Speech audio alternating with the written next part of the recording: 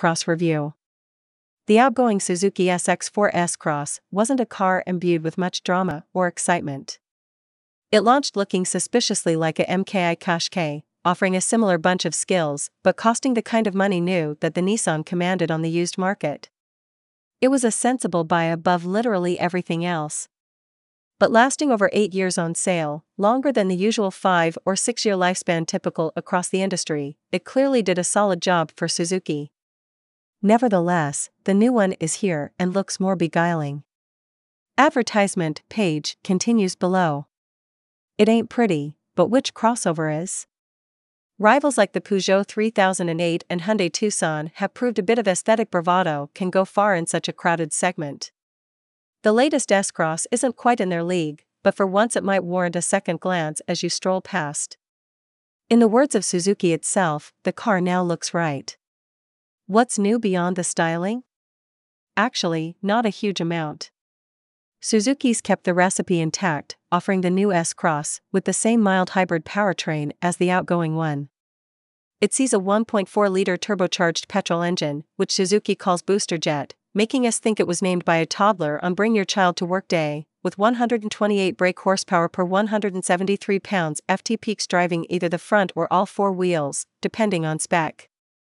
The hybrid bit is extremely mild, it's the same 48V architecture as the latest Swift Sport and doesn't allow for any emission-free running or such like. It apparently papers over the Booster Jet's low-down turbo lag while smoothing out the stop/start function in traffic. A full hybrid will follow in time. Advertisement page continues below. Suzuki claims 53.2 miles per gallon and 120 g/km of CO2 emissions for the S-Cross as a base FWD manual, with those figures respectively dipping and rising as you add an automatic gearbox or 4x4 transmission. Though claiming 46.3 miles per gallon and 139 g/km in its most decadent trim, the S-Cross shouldn't attract the ire of Extinction Rebellion too abruptly. Not least because with its 9.5 seconds 0 to 62 miles per hour time and 118 miles per hour top speed, performance is best described as tame. At least on paper. So, I only have one engine to choose from? Yep, and just 2 specs as well. They're called Motion and Ultra, and the latter is basically your only way to snare 4-wheel drive.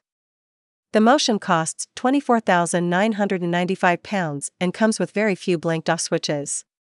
There's 17 inches alloys, heated front seats, a 7.0 inches touchscreen with Apple CarPlay and Android Auto, and a whole bunch of active safety systems, all as standard.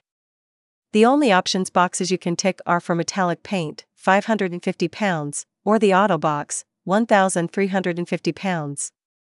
If you want 4WD, you need to go for the S-Cross Ultra, which costs £29,799 and as well as a driven rear axle, adds another 2 inches to the touchscreen, a 360-degree parking camera, which works very well indeed, part leather seats and a ginormous panoramic sunroof. What's the verdict? Sensible SUV lets a little style into the mix. Not perfect, but wholeheartedly good value for money. The Suzuki S-Cross is not a car you'd ever love. But if you're dishing out £25,000, or 200-odd quid a month, on a small SUV, you're probably not looking for a mechanized new family member anyway. It offers a hell of a lot of equipment for a price roughly equivalent to the base spec of its key rivals, while serving up stuff many of its foes don't, the combination of a manual gearbox and 4WD transmission among them. Its hybrid element is thus far small, but the performance lent to the S-Cross, by its sliver of electrification, is laudable. This is a crossover that's brisk, deft to drive, and should be a dawdle to live with. It may prove hard to love, but it'll be even tougher to vehemently criticize.